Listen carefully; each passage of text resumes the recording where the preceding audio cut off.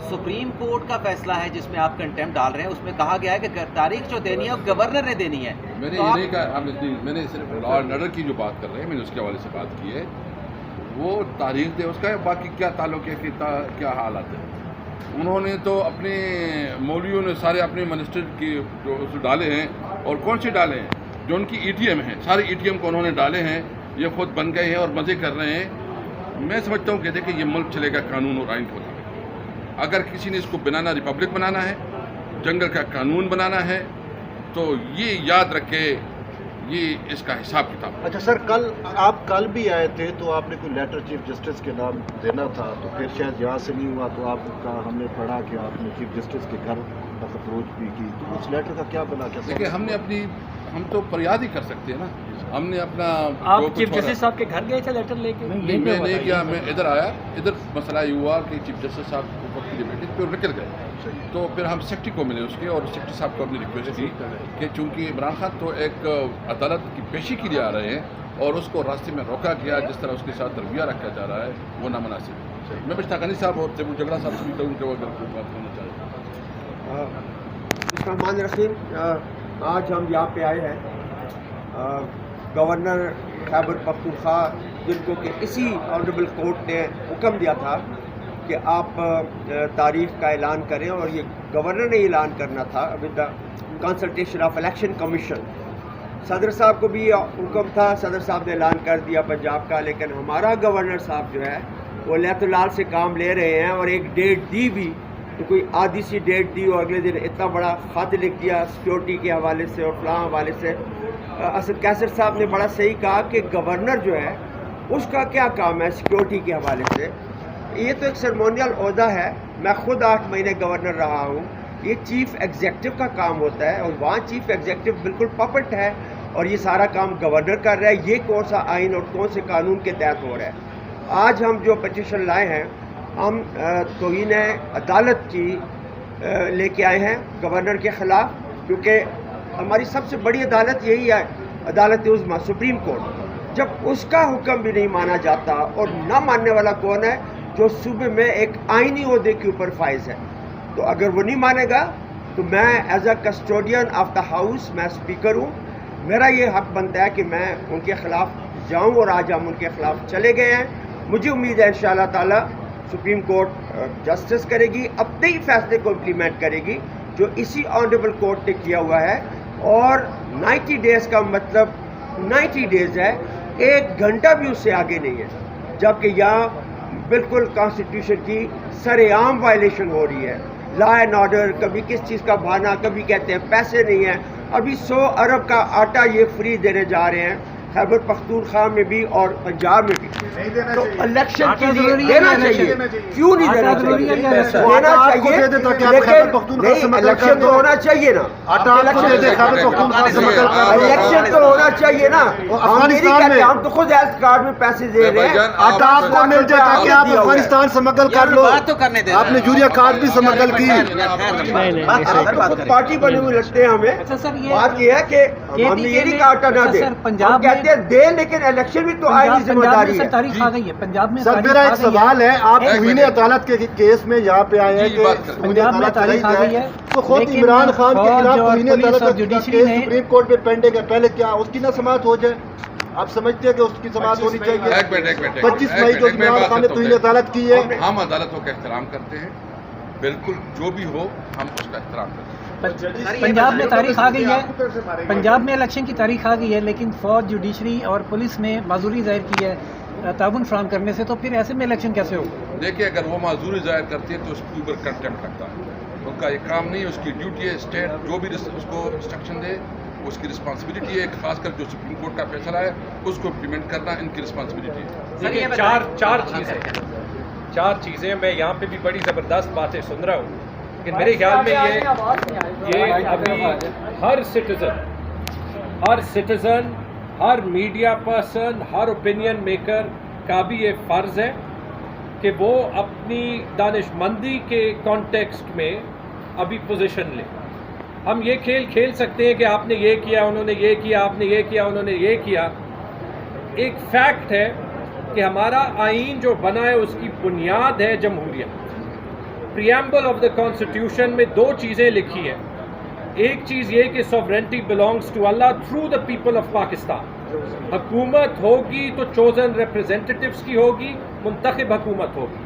دوسری چیز, اور یہ بھی پریامبل میں لکھا ہے, کہ جو آئین نے صوبوں کو خود مختاری گارنٹی کی ہے پاکستان کے ڈھانچے کے اندر, اس کو کوئی ہاتھ نہیں لگا سکتا.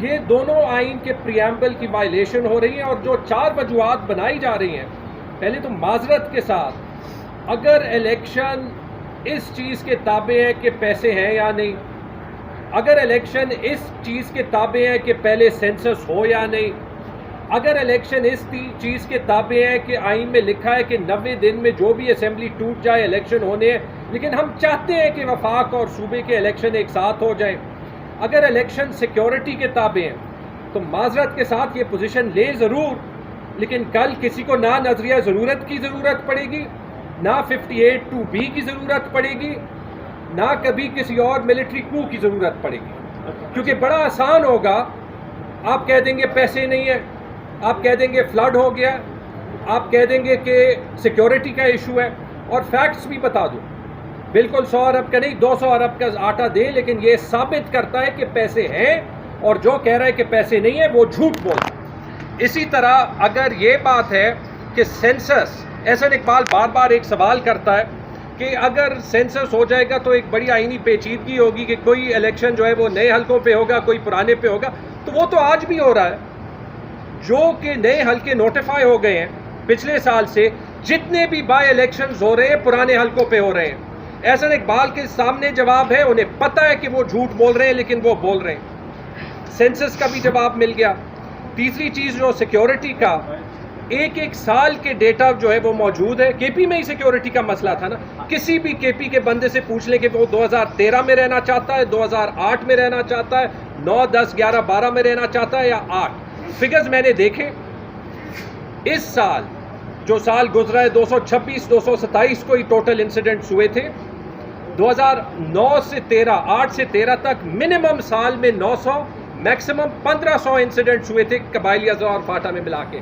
سیکیورٹی کا بہانہ بھی جھوٹ, نفری کا بھی جھوٹ, کیونکہ جتنا ہی نفری 2013 میں تھی اس کی ڈبل ہے. تو اگر کوئی الیکشن نہیں کرا رہا, اٹ از ویری سمپل, وہ جان بوجھ کے نہیں کرا رہا. لیکن اگر الیکشن نہیں ہے, آئین نہیں ہے, اور اس لیے ماضی واضی کو چھوڑیں, ابھی جو ہے یہ ڈیسائیڈ ہوگا کہ پاکستان کا آئین ہے, پاکستان کی وفاق کا سٹرکچر جیسے آئین انویزج کرتا ہے وہ ہے, اور پاکستان کی جمہوریت ہے. اس بات کی کیا گارنٹی ہے کہ اگر آپ کو اکثریت نہ ملی تو آپ پھر ریزائن کر دیں گے؟ آپ پولیٹیکل ڈائیلاگ کے حق میں ہیں سر, کیسے؟ ہاں بالکل. دیکھیں میں سر آپ وزیر خزانہ بھی رہے ہیں, ہم دوسروں کو بھی کرنے دیں. ہم نے میں بالکل ہماری طرف سے خان صاحب نے کیٹیگریکلی بات کی ہے. اس وقت جو ملک کے حالات ہیں, ہم نے خان صاحب نے کہا کہ میں سب کے ساتھ بات کرنے کے لیے تیار ہوں. اس وقت چونکہ یہ جو حکومت چل رہی ہے, مجھے چھوڑے, آپ اپنے آپ سے پوچھیں کیا یہ اس وقت کی حکومت کی کوئی اخلاقی, کوئی مورل اتھارٹی ہے؟